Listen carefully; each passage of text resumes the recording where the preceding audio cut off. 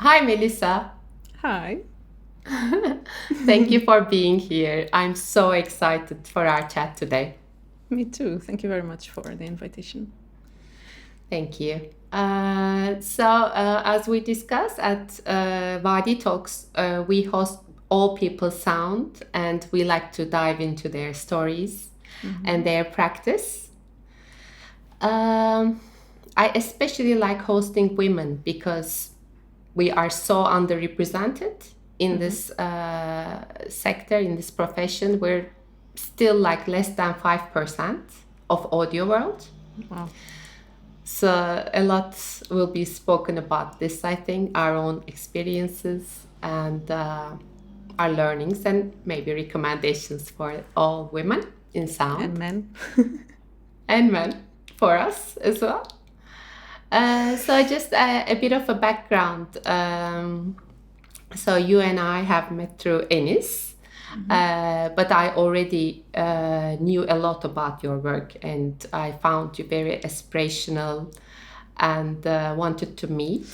And then we became friends very quickly, It's which true. is really adorable character trait of yours. You are very friendly, warm, honest, and outspoken. Not everyone shares heartfelt things. So Thank you. again, thank you on that.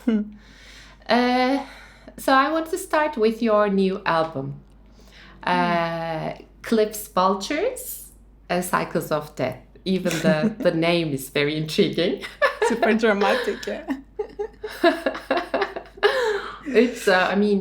A lot of things struck me as very, very impressive.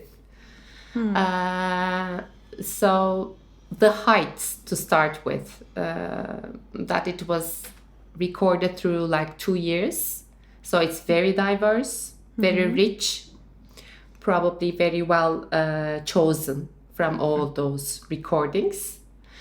And also immediately with the settling track, it started painting a picture in my head. And I don't know, it took me to like England, south of England. My perception of those heights were like the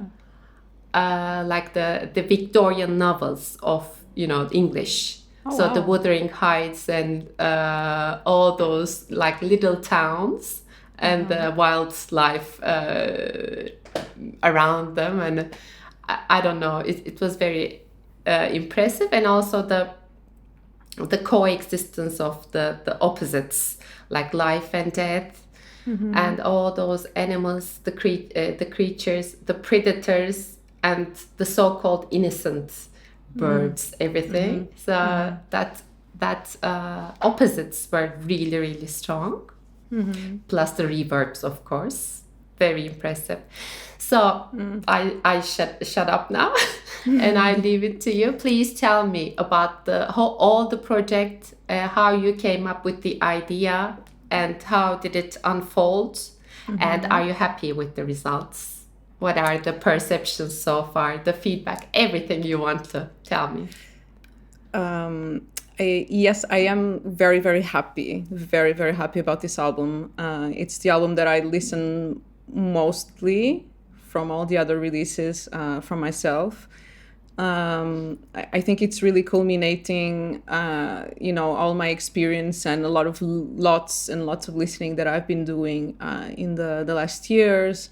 How I came to a sense of aesthetics that really attracts me personally as a person or an artist, I don't know, or both. They kind of coexist, of course.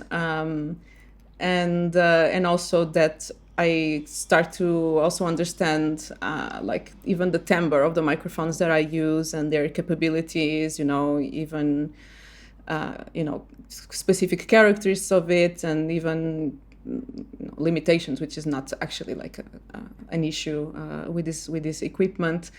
So I think it really came to a culmination where I feel like that I'm very confident about what I am able to do, and to also listen back to something that I record and understand, okay, this is really great, or this didn't turn out that well.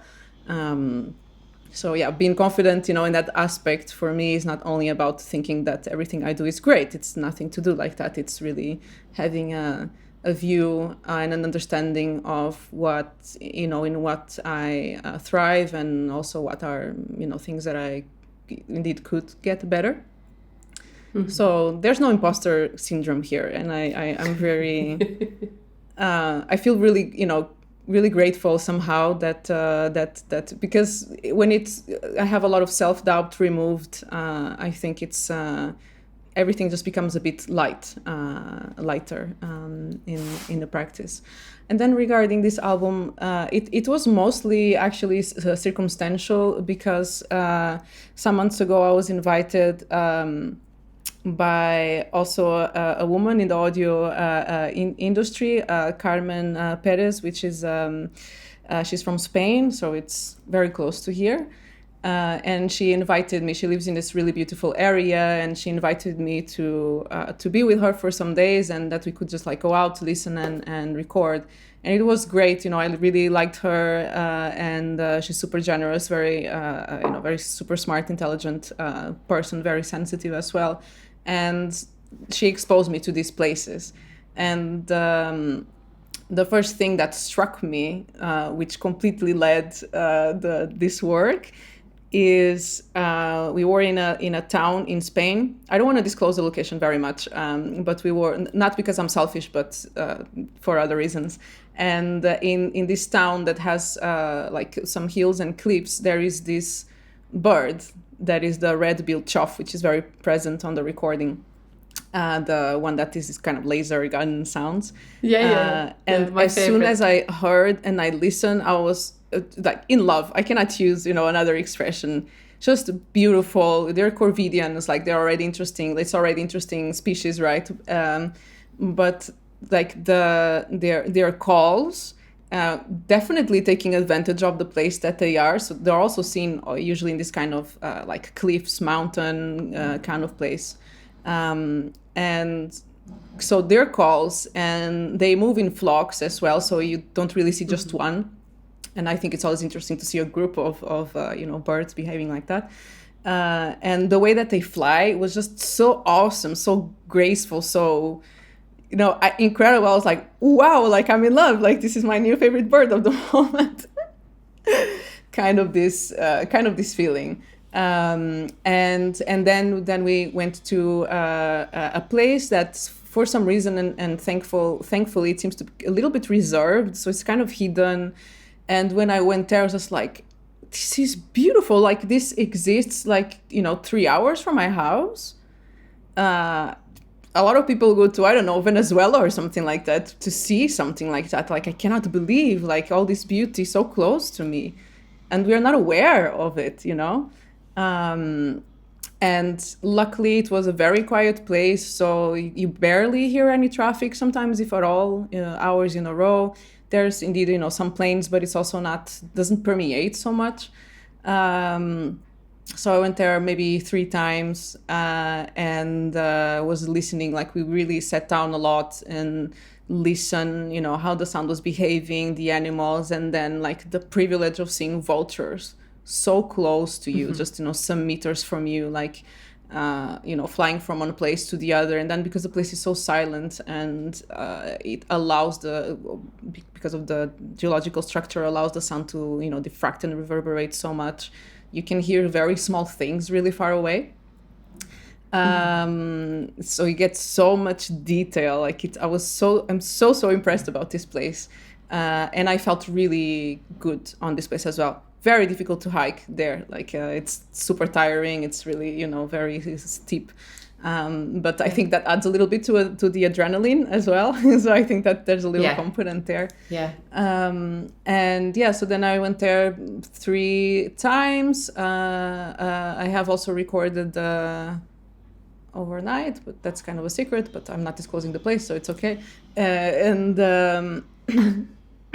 I mean, yeah, I love, the secret of what's happening at nights when we're not there, when we cannot see anything and we have no idea what's going on. Exactly. And I also explored like different, because you start here and then you just go down for maybe like 1.5 hour hike. So I explored like maybe 3 different spots from that trajectory. So that was a starting point. So it was kind of casual. It was not something like super planned to the detail or something like that, but the circumstance was very lucky. And then there's also 3 recordings from a place that I was 2 years ago that had the similar geological structure, not as dramatic, but similar.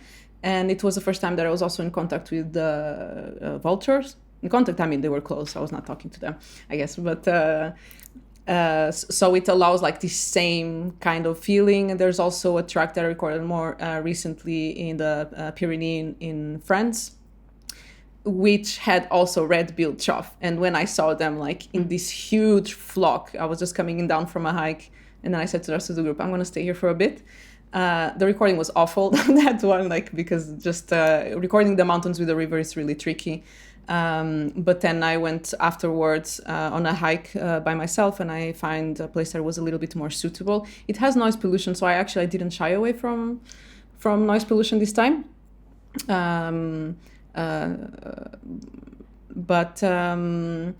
But yeah, I managed to do that. And besides the red-billed chough, they also had the yellow-billed chough, and they were together in a group. So I felt such a huge kick of energy. Like, it just changed me like that completely. It was really unbelievable, like, actually, how I felt. And so when I started to put together the album, I'm extremely careful now. I mean, I've always had some care, of course, but now I think I just went to this extra level of curating the material, like the order of the tracks, which pieces, what sensation do I want to give, or what information I want to give in each track, how they end and how they blend into the next one. Or do I want to make like a cut and a contrast to kind of close the moment and then go to the next one. And yeah, so then I had a mix of these 4 different places in reality. Yeah, I think that was it. In terms of the concept, it's, of course, it's despite the logistics have been a bit circumstantial. It's it sounds really dark, but like I think a lot about death since I'm a child. I don't know why, like in general terms. I live now in a place that is mostly very, very old people. So there's, the imminence of death and getting old and dying is something that is very close to me now. And for me to avoid it, I need just to isolate myself, just part of how it works. And I also feel that in general, we kind of vilify death in a way. Of course, I'm not talking about war, or things like that. I'm talking about just the cycles of life and death, how it happens. Yeah. And I also find very interesting that scavenger animals, like the wolf is also a scavenger, not exclusive, but is also a scavenger animal. And the vultures, who had been portrayed as this kind of evil, ugly animals, I think it's necrophagus. I don't know how to say in English. Which one? Necrophagus, like animals that eat corpse. Yeah. Is that the word? Okay. Necrophilus, I think. Yeah. Yeah. It's seen as something kind of yucky, but nature is all about life and death. Like, we need things to die, and those deaths live from a tree that falls into the ground. It will, decompose, and it will feed bacteria and other animal and give life to something else. So, I mean, it's not for me about like thinking about an afterlife for you people. I'm not sure if I really believe that, but just death is part of life. And I've been thinking about this, so much. It's still hurtful when, a loved one, passes away. Obviously, I mean, it's very difficult. It's a lot of grief, and it's difficult to deal with these things. But for many other cultures, it's like life is a passage, and death is part of it. And I think, sometimes I wonder, how interesting or not. Maybe it's not, to intellectualize these sort of things. But that, definitely for me, the vultures, the difficult places, because this place is not I mean, if I had some disability, I would not be able to go to this place because it's really difficult to hike. But I also understand like this. You are more when it's very difficult to walk and to move. Like you are so careful because you don't want to hurt yourself. You don't want to fall and die. You know. So sometimes it's if you just take the wrong step, you're screwed basically. So yeah, I think all of this kind of came to life in this album, I guess, something like that. Yeah, very well done. Very well done. Very impressive. Thank you. Yes. So my next question will be, how did it all start, your field recording journey? What took you here?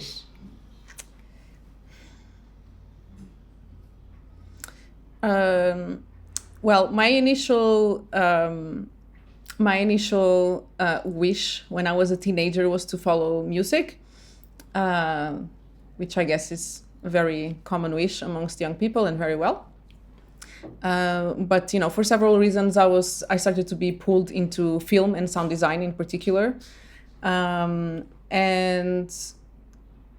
when I started to record soundscapes for like short films or something like that I was doing, this still as a student outside school activities, because I was in music production and technology, so like film was definitely not a component in it. And I just found it was really interesting to listen to something now with headphones, and I didn't have a click initially or something like that. I remember being recording a stream and still be talking to a friend of mine, like so stupid, of course, but then as I went, the click that I had was a bit afterwards. I think maybe I was on the second year or third year of university, and there was a teacher that indeed lectured a seminar on sound design and music for film and stuff, and sound for film. And his name is Marco Conceição, and I wrote him some time ago because I said, dude, like, it changed my life in some aspect, in a big aspect, of course. I mean, that's maybe why we're here. And there would be a project actually with his own students that they would go to a place in the countryside in Portugal that I'd never been in the countryside at all until that point. And because he saw my interest, he asked if I wanted to join his own students. And so I did, and immediately I had contact with really good microphones, sound devices. So like my first impression was already through really good recording equipment. And I think it's not only about the sound that comes to me, but it's also like, oh, I'm dealing with like this piece of gear, like I'm going to be careful about how I deal with it. And initially I was just like, kind of sort of randomly recording things. I remember he passed me and he said, are you going to be recording this stream all day? Like, what are you doing? And it was very funny. And there was one particular day where, this was just maybe 4 days or something, and there was one particular day that were all returning home in the vans at night. It was a very, very, very extremely quiet place, starry sky, like really very rural, so there was not like loads of infrastructure, just basic houses and stuff. And then as soon as he stopped the car, he looked at me and said, where is the equipment? And I'm like, it's in the back. Why? Like, why? Can't you not hear? And I'm like, hear what? And then I went out the van and the crickets were like all over the place. It was beautiful. So I'm like, yeah, that kick-started something. And then the next day, then I went along because I was also like collaborating with some of the students because they were presenting something, by the end of this. And then I went alone with a quad system, and I just went down and I stopped in front of this field where lots of cows were pasturing with the dog and the shepherd. And I think it was evening, end of the afternoon, so there was still some bird song and some insects and all of this. And I really felt something there, that was like the transformative moment for me. And I still really like that recording, actually. I think it's very sweet. And that moment on, I was like, this is really cool. Like, I would love to do this more. And then opportunities just came sometimes through another teacher in university, later on when I was doing the master's before I dropped out. And later on, when I moved to Sweden, and I was very lucky to go into this post-production house, and they're also super open to just borrow the equipment. So I was going to the countryside to record the forest at night in the summer. And then I started, it's interesting because I didn't really like so much to live in Sweden, but the nature there is really called me into it. And I was living in this really beautiful place. It was like a little island in Stockholm that like 90% of it was forest. And as far as I could understand, it was not very planted. So like was kind of original or something. And I was very struck because in the summer in Sweden, like there's in Stockholm even the night doesn't really set for a couple of months. And it was after 10 p.m. and I took my bike to the forest with a Zoom and a binaural setup. And I was just amazed, like the birdsong was so active, so predominant. And I was like, wow, this is like a fairy tale. This is so beautiful, And then hearing sounds that I had no idea what it was. Now I imagine it was some sort of owl, but at the time I was like completely struck by mystery because I didn't know anything about birds, nothing at all.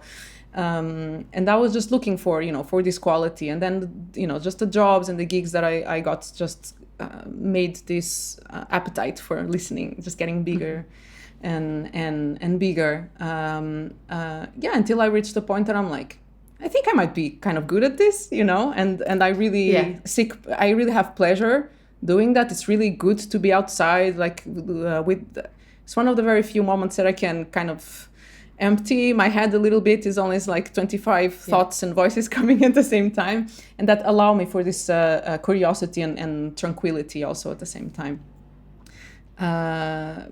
Together mixed with like good feedback, like it's, there's some works that really went well in many aspects, and that also enhanced my confidence on what I was doing. So it's a long answer, but it's never like that. I mean, for me it was never like that.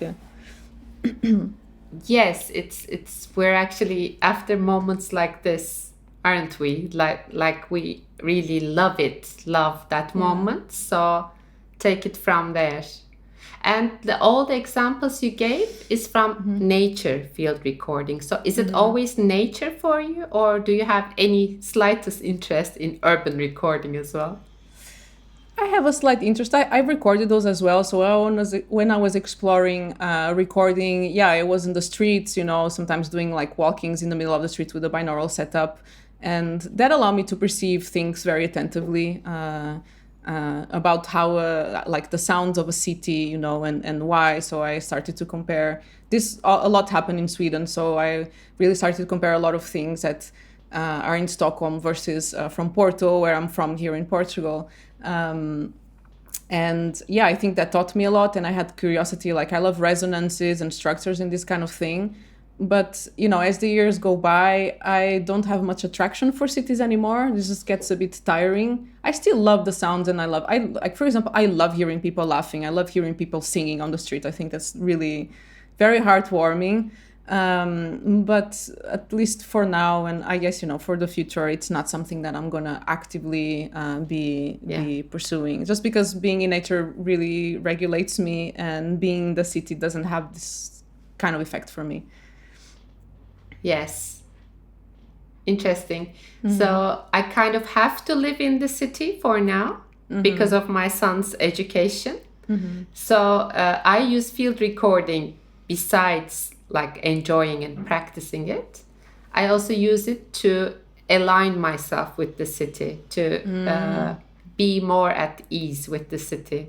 So either case, it works for me. I mean, so you look also for elements that you like in the city to record. Exactly. For example, the construction noise that usually annoys me. I recorded it for months last summer in the heat of the summer, and just came up with a construction ambiences library.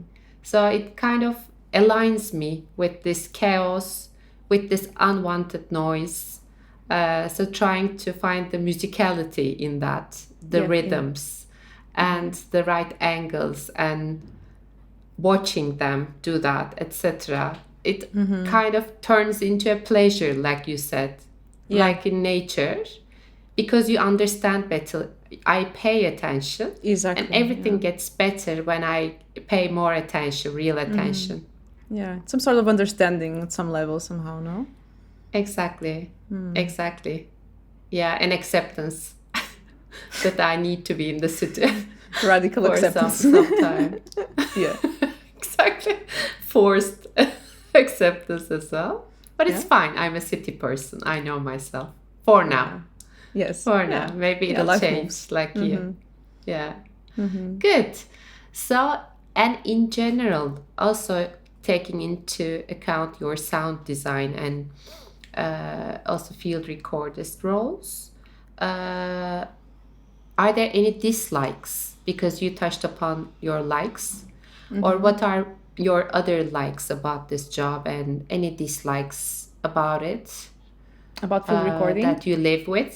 About your field recording, sound design, I mean, audio world, let's say. World meaning the practice of it. I think it's really distinct and actually I really draw a line between working with people and be able to do my solitary work.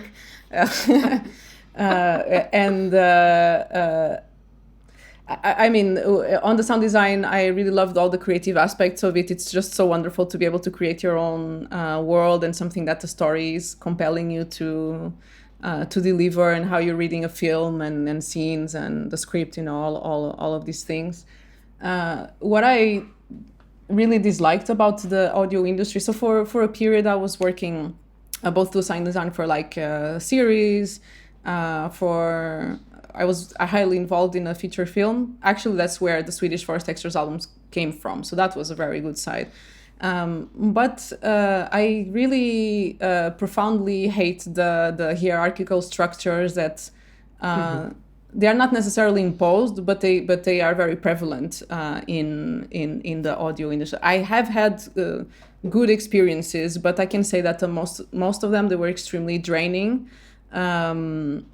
Unfortunately, like working with extremely manipulative directors, that just really their goal is to make a really good film, of course, but then they don't realize that they are crossing lines all the time and taking away my well-being, my will, like even almost like my creative juice, let's say. So I felt really bad out of that, and I burned out pretty hard, actually. And I remember I was talking to my roommate at the time when it, like, after a year or something, was supposed to be like 3 months, but after a year I was broke because I was being severely underpaid, and I was just treated like crap, basically. And I remember telling my roommate, like, I cannot do this anymore. Like, I don't wanna work with this kind of people anymore. Of course, I still had to work with audio editing because, I need a salary. So it's not that I could, have a privilege of spending a year deciding what to do or exploring other things. But that also kicked more the field recording side. And with the field recording, I don't see actually like many negative aspects. I had for a period, quite recently, maybe a year ago or a little less, where I was feeling pressure to produce, to put out new things, and I don't deal well when I have these pressures. I don't feel good, and I also understood that when I was feeling like that, most of the results that I had when I was going out based on this pressure of producing, it didn't make me feel good. The recordings didn't really come out great, and I was also very angry at noise pollution. I was like, I live in the countryside. There's lots of dogs. There's weekends where the men go out to hunt, and then occasionally you hear traffic. And I remember I went out at like 3:30 in the morning in the winter. I couldn't sleep, so I decided to go out. And initially I was really like, oh, this is going to be perfect. And then the dog started, and the jeep started, and then the gunshot started, and then the car, and blah, blah, blah. And I was really angry. Like I was so upset. Like, why did I know I was being bitten by mosquitoes? Like, why am I doing this? Like, and then when I was coming home and it was already like the morning was start of like being established, was full daylight. I come home, like I'm walking, you know, across the field to return to the village, and a lot of the birds that I really love, they're actually sitting on farms. And then it was so nice to hear people starting their day. You know, some people had like music in their houses. They're opening the windows to let the sun come in. I don't know, the men, I think it was Sunday morning. So the men starting to mingle in the cafe, in the street. I moved now, but in the street where I was before, it was loads of starlings and they are singing their heart out. And I'm like, and I love the acoustics of the village in itself. It's very beautiful, I think. And I was like, wow, the beauty is here. And for me, in order to not to have any human life, quote, I went to that and I just got angry. But this is beautiful here in my street, you know. And I think I even wrote an essay or something like that around that, because well, sometimes we're just looking for what is exotic or just removing, you know, the effect that human life directly has on stuff, and then sometimes the beauty is just outside your door, literally. And previously you'd mentioned that you're also a slow recording person. You like to reflect on it as you go, and also think about the ethics of it as well, the interaction with your subjects. Can you elaborate more on that? Because I think it sits well with not working well under pressure, because if pressure is there, you can't do any of these things. You just need to go straight into the results. Yeah. So are these the things you want to do the slow recording with? Yes. Also, there's a fact. There's something is that I don't, for now at least, I am not directly depending only on my field recording work to survive. So that allows space for all of this. It can certainly also imply some limitations of going and spending a lot of time as I want, but somehow is a privilege because I can actually explore exactly what I want, or just explore. Sometimes what I think I want is not what I want, right? Like this example that I just talked about. And I think the slowness kind of comes from that. I've been really mentioning this for the past years when I talk to someone about this, but the fact that moving from the city to the countryside, it changed everything for me. I think that sometimes doing field recording it doesn't always have like harmful direct implications. I'm not saying that. But because this is, I mean, there's a whole dynamic here that belongs here, and you don't see anything similar in a city. You know, there's a set of rules, there's a community, there has been extreme changes in the landscape, and I hear dozens of stories from people that have been here their whole life, and they're on their, you know, late 40s, 50s, and older, way older. And what I started to think was that if I come here, say as a foreigner, as a tourist kind of attitude, which is very different from being a guest, it's completely opposite, right? I can still put out my microphones and do a beautiful recording. For sure, there are places here that, you know, almost automatically will give that to you. But I feel that knowing the life of these people, the memories that they have, especially when the landscape has been radically transformed and is still land grab still continues, and replacing all the spaces where people had their childhood for monocrops for the profit of someone else, so the interest doesn't reach here, or the benefit really. I started to think that it's very easy, as good as the intentions of someone doing field recording could be, it's also very easy to do a disservice to the people that live here. because say that I do an album here around the village and it's beautiful. Oh my God, what a beautiful place. Yes, but I'm erasing all the history that this place has together with the human life. And I don't want to fall into, I don't want to do this, So I'm not saying that I'm like doing a perfect job with all these things. Like I certainly didn't research the place, the history of, or did investigative work now when I was in Spain doing this. So I, by any means, I'm not saying that I'm, obeying like 100% to this sort of thing. I think there's space for slightly different things. But coming here and knowing these things, like it became really close to my heart, these sort of subjects, because I also see how tourists come here and how they see the people that live in the village. It's such a distorted way of perceiving the world through their eyes. And I think field recording can kind of enact those sort of perspectives. Yeah. So I really think this is the mix of ethics and like principles that I try to work by. So I think the slowness is in there. So I started to record it immediately as I came here. I have tons of recordings, but I know that I cannot release an album or something that is just the so-called nature here. I know that I have to include the stories of the people somehow. So, and that allows me to recording for 3 years and not necessarily, present a work of the place. Yes. And is writing a part of what you call the real representation? Do you enrich the recordings with writings? Or vice versa? Yes, I mean personally, I write a lot for myself. Some things I, they are also published.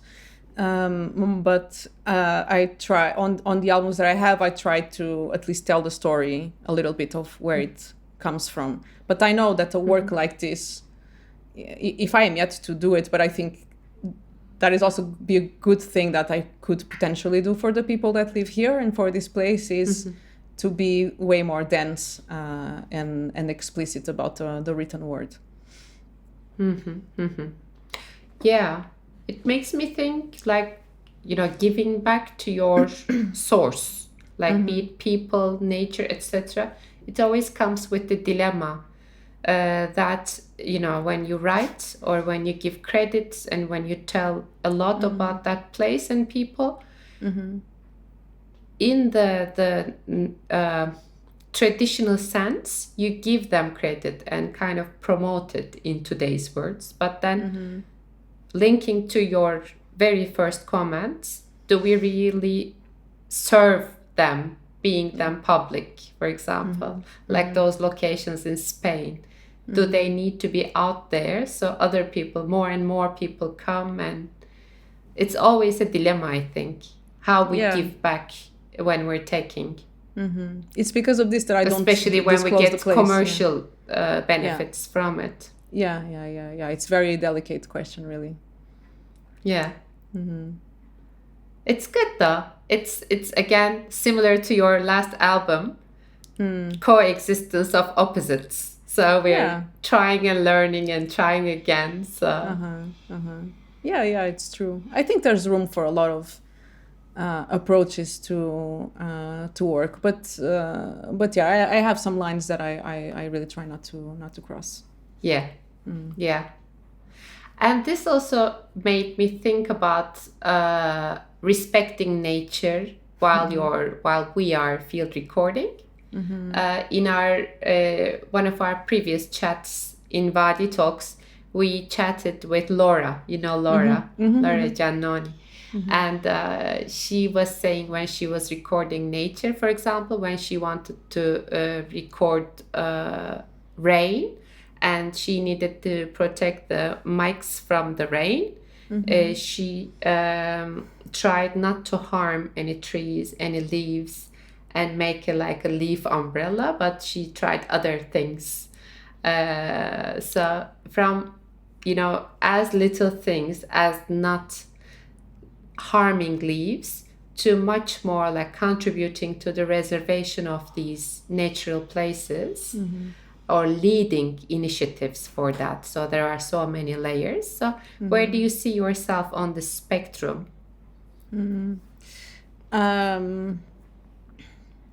I think in this, I really align with something that Melia Roger, I don't know if you know her, she's a super nice sound artist. And I interviewed her for the podcast at Earth FM. And yes, I listened to it. I remember. Yeah. She's super cool, and she thinks also a lot about these questions. And there's one thing that she said that I really think is true, and I can understand that is also upsetting to some people, but this wheel of going and recorded endangered places.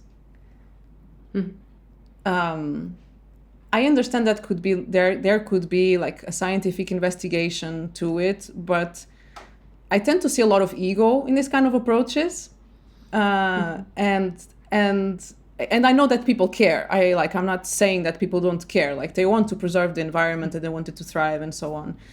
But there's a lot of spoken connection of conservation and field recording, and that I don't think that's always the case. Like, if you really care about a place, if you really care about this species that is there, that is really endangered, why are you taking a plane and going there? Not for all cases, I'm not putting everything and everyone into a bucket, but it's our presence sometimes can be harmful, and sometimes we really had no idea. I just give you a really small example from here once again. A man that I know was really upset last summer or 2 summers ago because some tourists, certainly not bad intended, they parked their camping van in a place that was near a stork nest. And he told me that if the parents stork, if they feel disturbed, they can abandon the nest. So we need to learn, how to move. And if you really, really care, maybe sometimes the decision is actually not going there, or have a different approach. Yes. And this is one of the lines that I don't really want to cross, for example. Yes. And this again links to like our previous discussions on, going to an endangered place and just going right into business, not doing research, not having any empathy with the people, some of the and so if you do that, if you can spare good time observing, talking to people, trying to really understand, and the very beginning research, you can actually learn about that stork, because that's probably an important figure in that place. Of course. Everybody knows the stork. Yeah, it's a living being. Things like this. Things like this that matters, I think. Very much, I think so. Okay. And I had a lot of questions. So why don't we come to women in audio? And men, as you always say. Men. I always say women in audio, and you say and men. And men. They are the 95%, right? Exactly. So this is an endless topic, of course, but unfortunately. So like a year ago we had did I tell you we had a workshop in Ankara in Turkey for the young women in audio in Turkey. And there was a lot of heart-to-heart discussions on the difficulties of being a woman or a non-binary in audio, mostly in Turkey, of course, which is maybe harder versus the West. But so I remember 2 things that came out of that, and I'm going now straight into a real life example.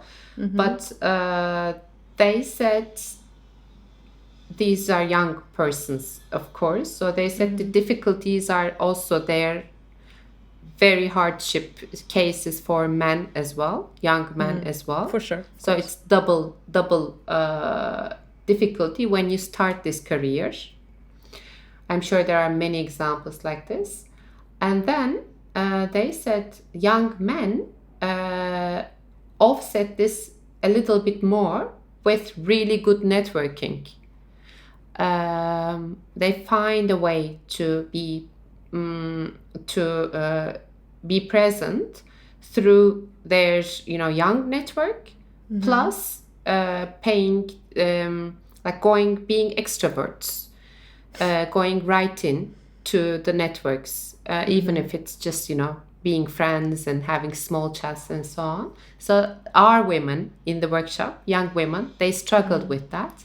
And they always felt like, oh, I don't have enough experience to go network with people, or I'm not ready to show my work because it's not ready. I didn't prepare enough, things like that. So I don't know if this is your case as well, early in your career, or did you observe this in women networks in audio? Yeah, this is very interesting. I didn't directly think about this recently, but I'm not the one to say that yes, men, like, that's the experience that they have, which I believe is true. But I also seen, frankly, a lot of bootlicking. Yeah, but maybe that's part of the network. Maybe that would be part of it, but is, in my opinion, is a sad way to propel yourself into the industry. I remember a situation where I was splitting work. We were both hired when we were splitting work with a guy. I think it was around my age. I don't remember. And he was emailing me and saying that it was really difficult. Some things were really difficult to accomplish in the work, and it was. And I would send emails to the boss and say, this is really difficult. Like, I'm really having trouble doing that. And he would send emails saying, oh, this is wonderful. I love to work on this project, blah, blah, blah, while he was while he was saying to me, complaining to you, that it was also very difficult and that he didn't know how to do certain things. At school, I see this tremendously. Students like really bootlicking certain teachers. And for some reason, this is very permissible to men and to young men. It just, and it's like no one is seeing. And then I also, like, I was in audio school. I was the only girl in my class, like, was me and maybe 18 boys or something like that. And I remember how they critique other women, and like, oh yeah, she came with a smaller T-shirt to present her work today, So like they never had actual constructive criticism towards what they were producing. But they were projecting that women were using, like, I don't know, their sexual traits or something to get better grades. So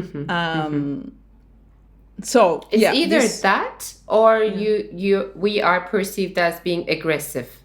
So we are always pushed to two opposites. Of course. Either we're manipulating or we're too aggressive. So we don't kind of have the right to be who we are. No, never.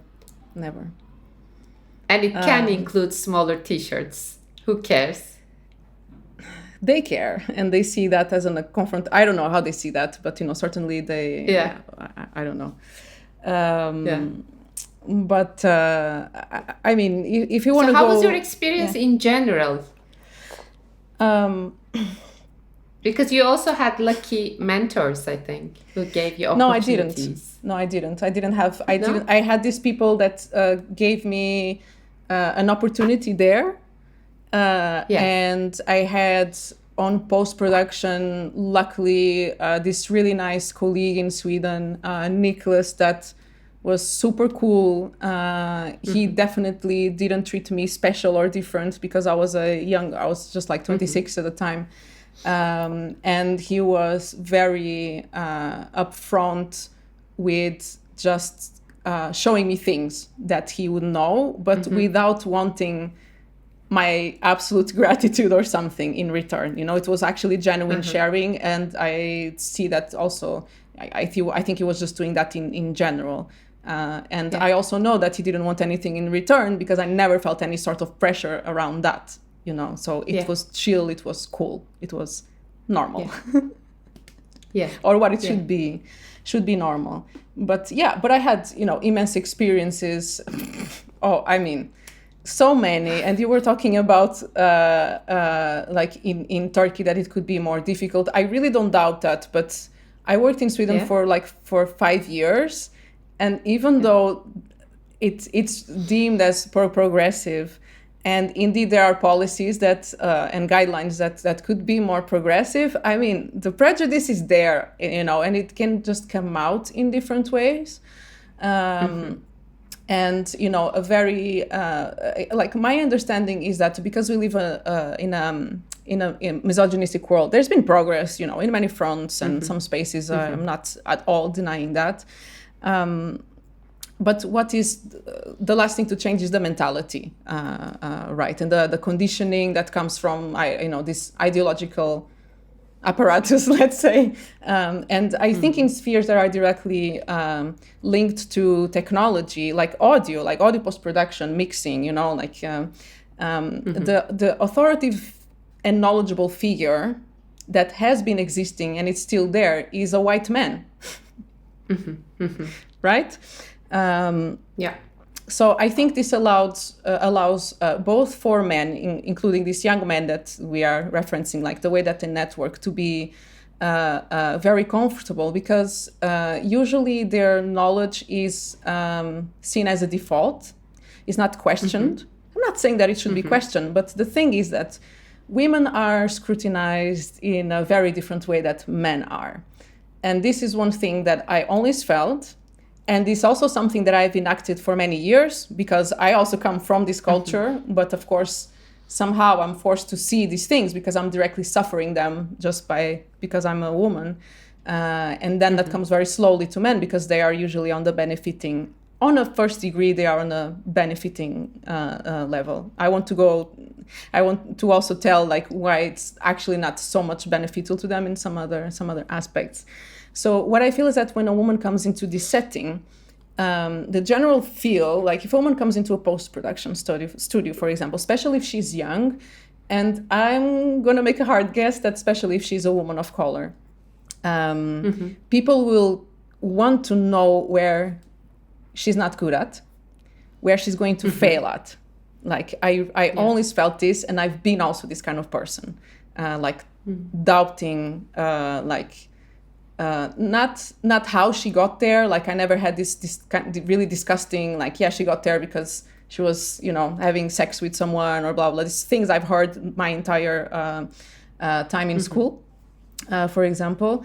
But when a man comes into this setting, people want to know what cool things he knows. This has been really obvious. I don't know if you also feel this this kind of approach or mentality, even when you're working in marketing before, as you told me. Yes, I have an example. I'll tell you. Yeah, go ahead, please.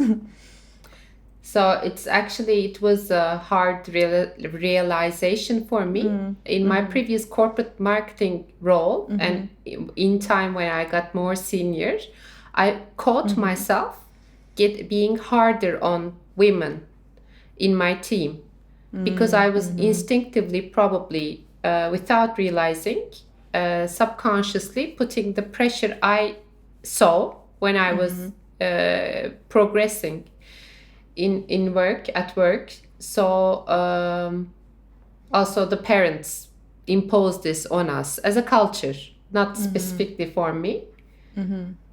So women need to work harder. They are more detailed oriented. They have more resilience. We are imposed all these labels. It's an amazing system that men have built, and we have accepted subconsciously. So we keep putting pressure on ourselves and other women without knowing. So I had to train myself to suppress this And actually, what was the word? Giving more privilege to women, favoring them more than men. So we will come to the equal ground to start with. I forgot the word for that. Not equality, but favoring women and the non-binary a bit more to get on the same plate, let's say. So this was shocking, but it's a very good realization, because I know this is like a shadow of me and all the women. So whenever I can realize this more and more now, so I can actually point it out with empathy to others, that we start with putting pressure on each other. And we don't need to be perfect like these women in our workshop. It's called Sounding Off workshop. I told you, and you will be invited to the next one. Because you're a role model for me as well. So these women, because they couldn't network proactively, or because they couldn't put out their own work, bring their own work further, is based on this not stigma, but bias, that we need to be better prepared. Yeah. You got the point. Yeah, definitely. I have been criticized for being really good at my job. What a shame. Shame on you. I've seen a response to a tweet some weeks ago. And it started with a woman with immense experience in the industry, venting that she was severely badly treated by a guy she was working with, severely, like really unbelievable crap. And one other woman replied, and she said, we cannot only, it's not enough for us to be good, we need to excel. But when we excel, we are gonna stab some egos. Something like this. Yeah. I mean, it's also hard for me to judge, if I'm stabbing an ego or something like that. But indeed, in different occasions, I got criticized for being too good or very good or something like that, which is bullshit. Yeah. So it's like, where do we fit? Where are we fitting in all of this? It's interesting. Actually, I would love to know other women's experiences about this, because I've also worked with, of course, I work with women. I mean, I must say that if you go work on film in the Swedish industry, you will find a bigger number of women than I found in other places. They are still met with some harshness in this world, but at least there's more, so I think that's at least a really good start. But so I always had this dismissal and suspicious about my knowledge from men. Like there's many examples. Like that's not even worth to specify more now. And I don't think that I ever got this sort of dismissal from women, like producers or other women in the team. But what I felt the discrimination came from women was, for example, pushing my salary down. And I remember this one time that I was starting, and then she said, okay, you're hired. How much is your rate? And I actually asked for advice for this Nicholas coworker that I was talking about previously. And he gave me a number. He said, I think I take this guy earns that, this other person earns that. So in your situation, I think something like this would be very fair. So I gave this number to producer coordinator or something. And she was super cool. She was really, really, really cool. I appreciate her very much. And at the time, not even I realized that. But what she said was, oh, but this other girl that works with us, she only gets this. So how are salaries being made here? Is it upon your gender or is it upon your experience? Right? But I didn't click at the time. It didn't click. It clicked years later, to be fair with you, because that's the thing. That's the thing. Like we're programmed to absorb these completely. Yeah. Yeah, completely. But I didn't feel that they were doubting my knowledge. There was also another occasion where I was hired as a mixing engineer. I thought it was because of my skills, because they said, yeah, you did a really good job on this one. So yeah, I want to have you on this one. I'm like, cool. And then I found out that they hired me, assuming that I would have maternal instincts. Because we were working with children and the other guys on the team were just men. And I'm like, this is so fucked up. It's just... Actually, the guy that looked really mean and big and harsh was the kindest and cutest with the kids, you know? And when I found out, I was so, like, I don't know, furious and disappointed. Like, what is this? Like, maternal, really? I didn't even speak Swedish properly, you know? It's just, wow. A foreigner mom. Yeah, a foreigner mom. But... you know, I think amazing. This is all really bad. I mean, this is so bad. But I think like these very direct things, I think they are changing, you know, a little bit. But boys, they enjoy their camaraderie, you know, for sure. So there's a lot of protection, and I think you know, when it comes to the workplace, I'm not even going to talk about sexual harassment. We all been there, I guess, as well. But like some men, they have like disrespectful approaches to women, which they are more like minor aggressions, but they are really pestering the workplace. And you know, definitely, I really believe firmly that probably zero men will talk to a woman, say something to a woman in the workplace and think, I'm going to be a sexist bastard now and I'm going to say sexist things to really inferiorize her about her gender. Like, they are not thinking this, but again, they are conditioned, and because they are on the benefiting side of things, it just doesn't reach there like so quickly. And I mean, I know these guys, you know, they believe in equal opportunities, equal salaries. I'm sure that maybe some of them, I mean, this is quite a reduced statistics, I guess, but they even share like the tasks at home with their girlfriends or their spouses in a fairly manner, because they actually believe, you know, like I believe that there's a set of these men that ideologically on the surface they are like an example and good people. But that doesn't mean that a fully deconstruction has occurred in them, right? Like so like all these really deep, you know, gender discrimination issues are still there, and because of these structures, it comes really slow at them. So I think it's how men at work talk about ourselves that sometimes has hints of inferiorizing, where they are placing themselves as like an example and again as an authority figure, because by default that's what they have been. Yeah. And this these comes sorry to interrupt. These good men you just mentioned, like who actually are kind of doing what they should be doing in life.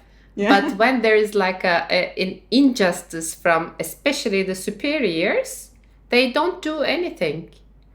They just get back to their work and ignore this situation. So maybe these are the key people that should speak up with the women and the underprivileged, whatever that situation is. They should. Maybe we should urge them, just challenge them. I don't know, because it's still up to us women who need to solve this.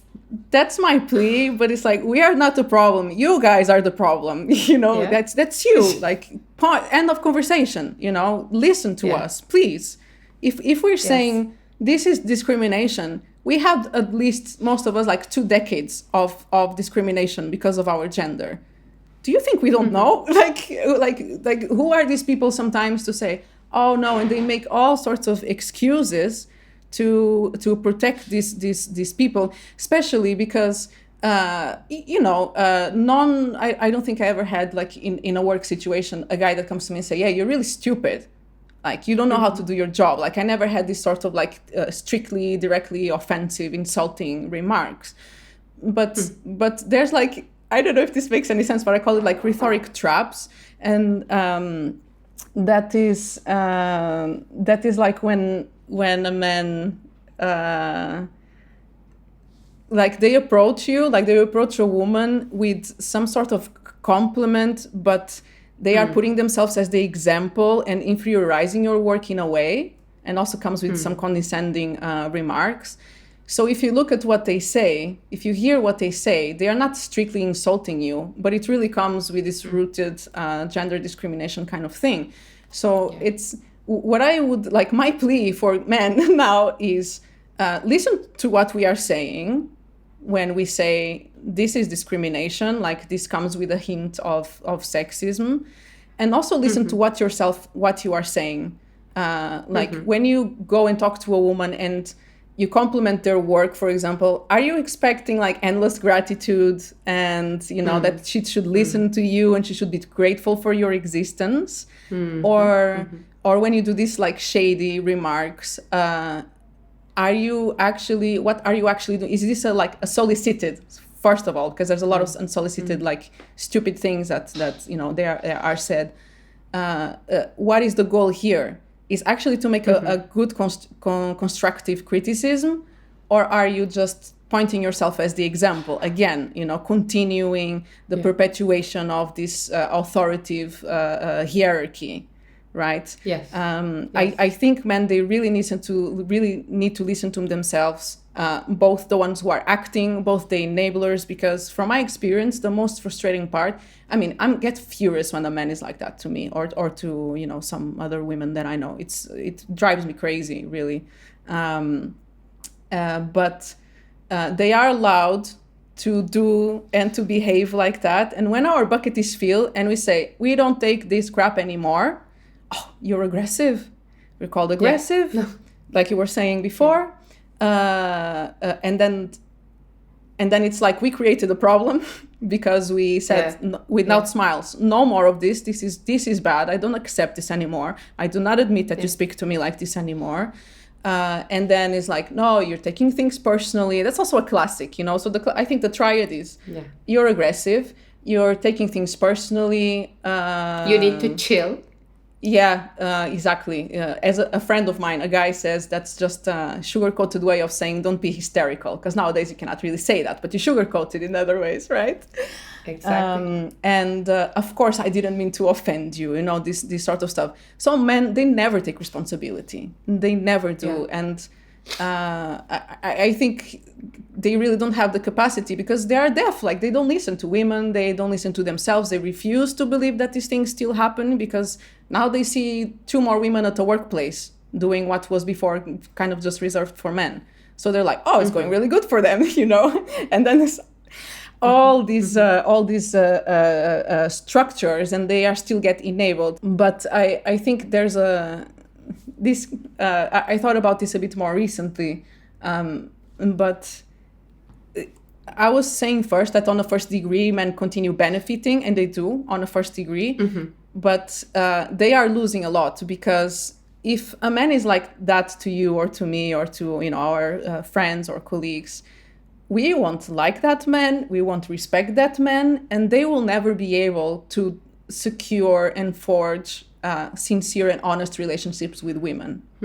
So they are losing, on a good work relationship or even a potential friendship or whatever. Because the truth is that we don't respect this, like, I don't have respect for this kind of people, even if I understand, that, whatever they come from or whatever. But I know if you have the internet, you can inform yourself, it's just... So it's in that perspective, it's a losing situation for all sides. You know what I mean? Yeah. Right? Yeah. So I would hope this is really difficult to reach, and I know these changes take time. As I told you, deconstructing certain things for me, as a woman was already very difficult. So I can imagine it is more for them. But I mean, it's time. Yeah. It's time. No, it's time to speak up. And the word I was looking for previously was like positive discrimination. I really believe in that. So one of my things in mind, what I try to practice like consciously, is positive discrimination to all the underprivileged actually in audio, and that should be women, non-binary, people from the more underdeveloped regions in the world, etc., who have less chances of being heard. Yeah. And then again, listening to you, I remembered in my previous corporate career, I definitely preferred working with women. So I had so many different bosses. I spent 18 years there, and then some consulting work as well. So more than 20 years in corporate. FMCG, by the way, like consumer goods. So hardcore corporate. And I enjoyed having female bosses. I have learned the most from them. And I really didn't get along well with men. Because now looking back, I see the issue again. Like it was very, very difficult to exist as who you are. So the women, the more senior women get in that world, they either need to be nice to be accepted, like nice and low key, And or smile become more. very aggressive and manly, as they call, like man-like attributes. In the end, this misogyny always brings the situation to women making it to themselves, as if there was no influence. So they brought themselves into this mess. It's very sad. Like it's like a Russian drama novel, like Anna Karenina. She did it to herself. Yeah. I see that, especially like when I was in this position of being the mixer and then having someone assisting me, especially when the assistant is a guy, then we also like called bossy or stuff, because there's a point where like I cannot be nice anymore. Like I don't admit this anymore. Like either you change your attitude, or like we're not going to be friends and we're here just to work, and I'm not going to be talking to you between takes, this sort of stuff. And then this thing, then we're labeled as bossy, rude, controlling, masculine, all this aggressive, of course, all this sort of stuff. It's just man, it's a never ending kind of situation. And I have the same experience as you. Like I work seasonally for a little sound production studio. And the owner and the boss, Marisa, it's like we've been working for like 3 years, and I tell you, there has been zero frictions on these kind of things. Absolutely, actually, like her ethics are really admirable. Like if we, even the jobs that she takes, they need to obey to a certain ethics. Like there's a line she doesn't cross, and it's just so light, it takes this weight out of you when you don't even have to deal with all this crap, which is why when we were discussing like advice to young women to when they come into the audio industry, certainly we can offer some strategies to navigate and be a bit smarter, but it's a bit like saying, don't go out with a short skirt if you don't want to be assaulted. Like it's almost like that, because the responsibility once again is on men. Like we are not a problem here, and this is what I think it really needs to be clear, from my perspective. Yes, we just need to speak up. That's it. Like speak. That's my belief. Speak up to my peers to start with, like before the bosses and everyone. The people who need to know is the people we're coming together to that project, whatever. And then I remembered, I wonder if men are ever asked to smile more in the workplace. Then we have this, they are really afraid of women, I think. So they just, may try to make us smile so we don't impose any danger on them. Yeah. I asked a guy also in the audio industry recently, like when you have a friction with someone regarding work, like you don't agree or you don't like what they say, have they ever replied to you and said that you were being aggressive? Is there been one time in your life? And it's like, no. Yes, amazing. And They are the assertive stories. and courageous. Yeah, that's how they are Exactly. seen when they reply the same Exactly. way that we reply. Exactly. Yeah. Great. Exactly. Oh, thank you. Wow. Thank you too for being for having thought this in detail, what in depth. I think that's also important. I mean, like a surface complaining doesn't get us anywhere. We need to think about these things and also look at ourselves like we're trying to do. I want to exclude my business partner though, Enis, from all these discussions. He's one of the few men I've seen who Yeah. don't see you as a woman Yes. and who is actively favoring, trying to positively discriminate women in audio. And He's that is always also very inspiring clear. me to be more active Yeah. as one of the very few women in audio. Yeah. And I really feel like it is as clear as when a man has this sexist attitudes and approaches as it is clear when they're not, when they're just normal and nice. It is clear to me, you know, like, but it's unfortunately, you know, they are still an exception. Unfortunately. Yes, they are. Yeah. So they shine. Positive discrimination for them for being cool. Yes, they're also in the pool. Yeah, because we trust Good. them. Like that's the thing. We trust them in that remark. Exactly. So do you have like aspirations for future, any projects you want to do, not do? You know, what kind of a career do you envision for yourself, especially in field recording, but whatever inspires you? Yeah, I don't know. I want to take field recording in a way that I'm directly contributing to something good directly.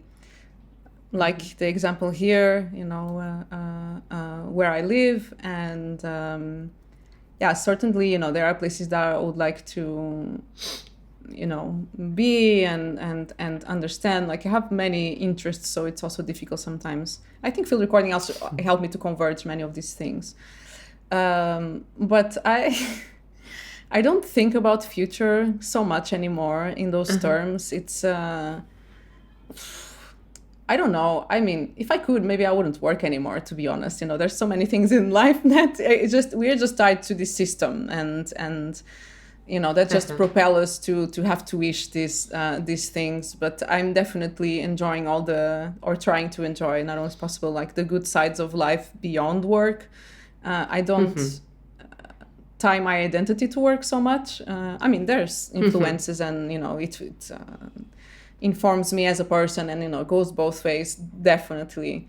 But it's like, I don't know really. Like anything can happen. It's okay not knowing. Yeah, I mean, I don't know. Also, like we're in a climate catastrophe, and you know, I really believe that in like a decade or so, things are going to change very drastically. So I'm more concerned about that aspect. But I don't have.